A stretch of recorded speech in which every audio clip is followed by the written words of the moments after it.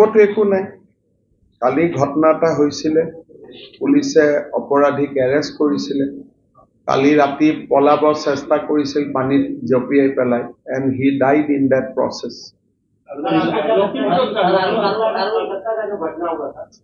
उसका और इसका सामंजस्य ऐसा ही है कि असम में कुछ घटना होने से पुलिस तुरंत जो भी एक्शन लेना है तुरंत लेते हैं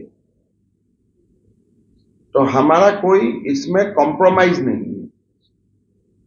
जेतिया स्वाली बा नारीर कथा है महिलार कथा है we have a zero tolerance policy So that is the difference. কৰি আছে সব হৈ যাব তিনিজনে আছিল